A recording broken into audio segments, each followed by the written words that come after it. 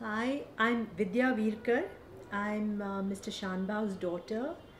The most loved bookseller, Mr. Shanbhag, who was the founder of Strand Book Stall. Um, Somehow, at this point, when Strand is actually closed, and also in the months leading up to the closure of Strand, I fully believed that there is a certain life cycle for everything, not just for human beings, but also for beings like Strand Book Stall. The reason everyone is mourning is because when a soul passes away, people mourn. And Strand Book Stall was a bookshop with a soul. And so when Strand Book Stall had to close, people were mourning. It is but natural. But everything evolves, things change, and I believe that the time had come to shut Strand for various reasons. Because initially the onslaught was through online, online book sales, which were at a very low price, so we could not compete in a sustained manner. But gradually, after a couple of years, and this was about 6 years ago, I realized that it was not just online, but many other things were coming into our perception, which were very exciting avenues for using our creativity and for developing our mind. Many new media were coming in, lots of opportunities for viewing, listening, understanding, and growing. It could be IPL matches, which we may not have had before, on beautiful television screens that are filling up your living room. It could be lit fests that are there flourishing and blossoming all over the country. Even small tier 2 cities now have started their own little literature festivals.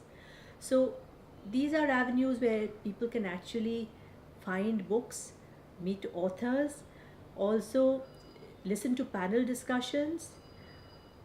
Again, the sort of different fora which just a bookshop will not be able to afford. Next, travel. Indians were not as global before. Now they are. So, with globalization, we are able to travel to Norway, we are able to travel to Hawaii, we are able to travel to Antarctica. So, you do not necessarily need to read a book. You can actually visit and see a penguin. You can actually visit and see the Alps. So, the thing is, with this newfound freedom, financial freedom, as well as freedom of expression, people are able to access various forms of exciting and imaginative media which were never at our fingertips before. A few had it, yes, a very few, but those few were anyway very rarefied. We are talking about the larger masses, the middle class, the so called middle class. The Mumbai middle class is now getting more and more uniform, I feel, because they are accessing all these things. You have such wonderful reality shows where you learn things on television. You're watching talent blossom on television. You are learning such interesting things through social media. So, the role of a bookshop started getting whittled away little by little by little. So, for instance, at the end of the day, if you start getting several WhatsApp messages which give you some interesting insights into life, some wonderful snippets telling you about what has happened in the world of organic foods, anything that you're interested in, you are able to get the latest of what is happening around the world. It's a window to the world which is much more current than maybe coming to a bookshop and reading through an entire book. So, more and more, the younger generation is finding that the information they want is more readily available at their fingertips, on their phone, on their PCs, on their laptops. So how do you fight this? Well, very simply, you don't fight it. You need to marry the two. Books are read. Hard copies people do love even now. But the thing is, the access to hard copies, the way to access hard copies, a book is changing. People are accessing it through online sales. People are reading ebooks occasionally, not very much, but they are reading it occasionally. People are reading on Kindle. This is happening more than we imagine.